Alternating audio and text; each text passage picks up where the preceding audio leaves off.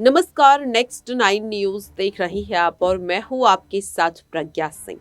लोकसभा चुनाव को लेकर सभी राजनीतिक दल तैयारियां कर रहे हैं। कई ऐसी सीटें हैं जिन्हें लेकर चिंतन मंथन किया जा रहा है तमाम राजनीतिक दलों द्वारा, लेकिन कुछ ऐसी भी सीटें हैं लोकसभा चुनाव में जो हमेशा से बड़ी पार्टियों का गढ़ मानी जाती रही। इन्हीं में से एक सीट है उत्तर प्रदेश की रायबरेली लोकसभा सीट। ये सीट कांग्रेस पार्टी के सिर का ताज मानी जाती है। जानकारी बता दे कि अगर बात करें रायबरेली सीट की तो हमेशा से कांग्रेस का ही इस सीट पर दबदबा रहा और इस सीट से कांग्रेस की अगर बात करें तो दिग्गज नेता ही चुनावी मैदान में उतरते हुए नजर आए। सोनिया गांधी और प्रियंका गांधी को लेकर लगातार ये एक कश्मकश की स्थिति देखी जा रही थी कि दोनों में से इस बार कौन रायबरेली से चुनावी मैदान में उतरेगा।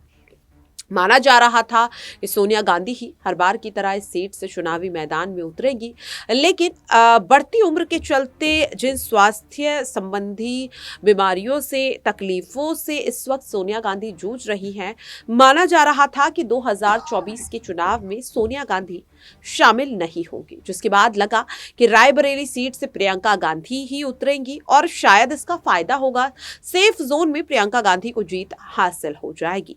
लेकिन अब माना जा रहा है कि चुनावी रण में सोनिया गांधी को ही उतरना पड़ेगा, क्योंकि इस सीट को अपने पाले में लेने के लिए और कांग्रेस को इस सीट से हराने के लिए भारतीय जनता पार्टी ने अपना ब्रह्मास्त्र निकाल दिया है।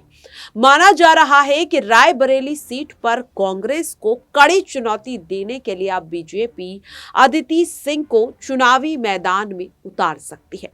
अदिति सिंह आखिरकार कौन है और क्यों माना जा रहा है कि अगर बीजेपी रायबरेली सीट से उन्हें आगे करती है तो यहां पर सीधे सीधे कांग्रेस को बड़ा झटका इस सीट पर लग सकता है। कुछ ऐसा ही हाल होगा जैसा कि अमेठी में राहुल गांधी को लेकर हुआ।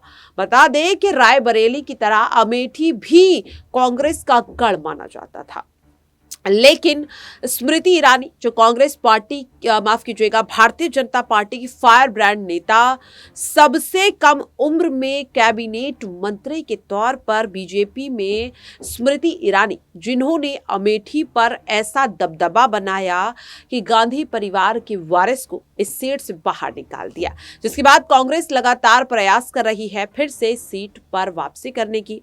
और माना जा रहा है कि इसी को देखते हुए अब अदिति सिंह को सीधे सीधे एक बार फिर से उतारा जा रहा है रायबरेली सीट से। क्या सोनिया गांधी को अब अदिति सिंह मात देती हुई नजर आएगी?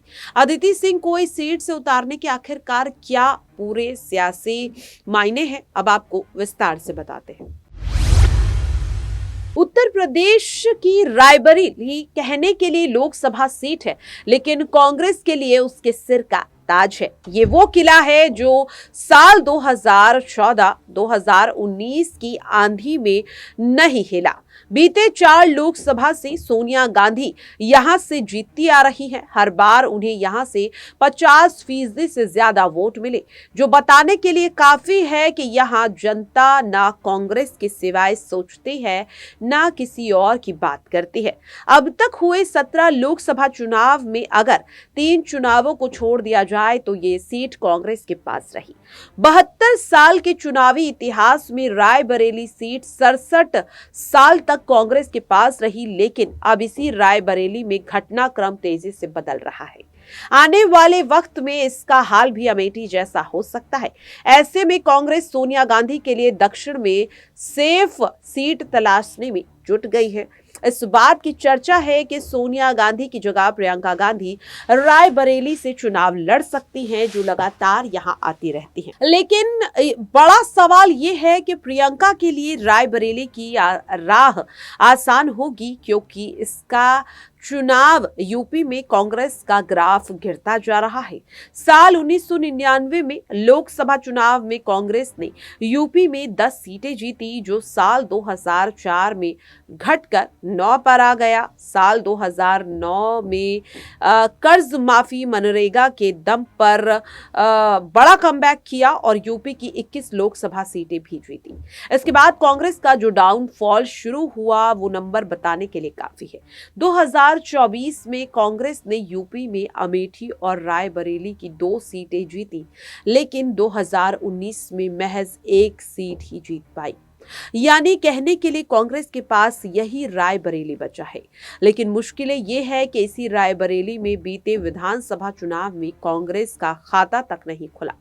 इसमें 6 seat BJP, 1 seat Samajwadi party ने आपस में बांट ली, जो ये बताने के लिए काफी है कि रायबरेली में कांग्रेस के लिए स्पेस खत्म हो रहा है।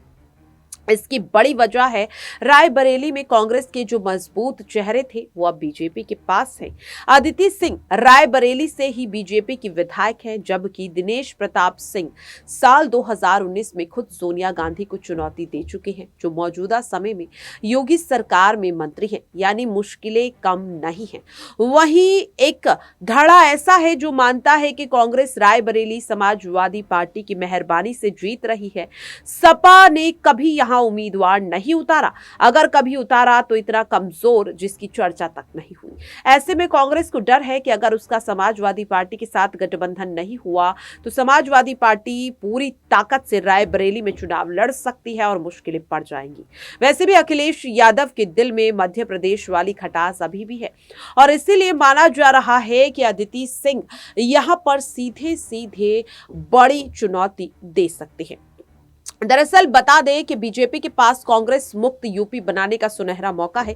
जिस तरह 2019 में बीजेपी ने अमेठी जीता, उसी तरह से बीजेपी कांग्रेस के इस आखिरी किले को भी ढहा देना चाहती है, जिसके लिए रायबरेली में अपनी विधायक अदिति सिंह को मैदान में उतार सकती है, जो न सिर्फ रायबरेली में काफी लोकप्रिय है बल्कि महिला कार्ड भी उनके नाम पर आसानी से चल सकता है। अदिति सिंह के पिता अखिलेश सिंह का रायबरेली में बड़ा कद है, वो निर्दलीय चुनाव जीतते थे। पिछले 31 सालों में रायबरेली विधानसभा सीट पर अदिति सिंह और उनके पिता का कब्जा रहा। ऐसे में कांग्रेस को रायबरेली बचाना है तो यूपी में कुछ बड़ा करना होगा, क्योंकि 80 लोकसभा सीटें जानकर इसे दिल्ली में सरकार बनाने का सबसे बड़ा रास्ता मानते हैं और इसी रास्ते से चलकर 2014 और 2019 में बीजेपी ने सरकार बनाई।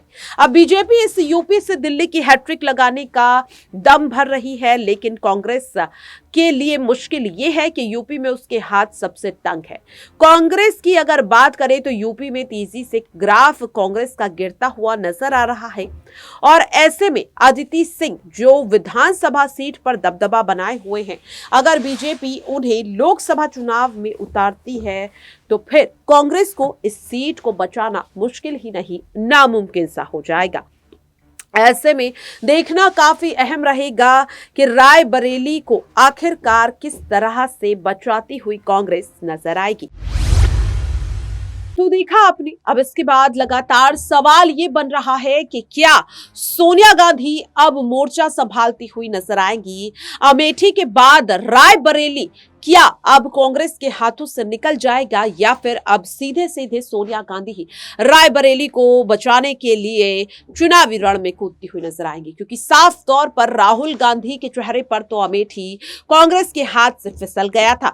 क्या प्रियंका गांधी को रायबरेली से लोकसभा में उतारने का जो रिस्क है वो सोनिया गांधी लेती हुई नजर आएंगी या फिर खुद अब मोर्चा संभालती हुई नजर आएंगी? और जिस तरीके से अदिति सिंह पर दांव बीजेपी खेलने के लिए सोच रही है, अगर अदिति सिंह को वाकई चुनावी मैदान में उतारा जाता है तो क्या सोनिया गांधी को वो टक्कर दे पाएंगी? क्या लगता है आपको? आप अपनी राय कमेंट बॉक्स में शेयर कर सकते हैं। फिलहाल के लिए इस खास रिपोर्ट में इतना ही।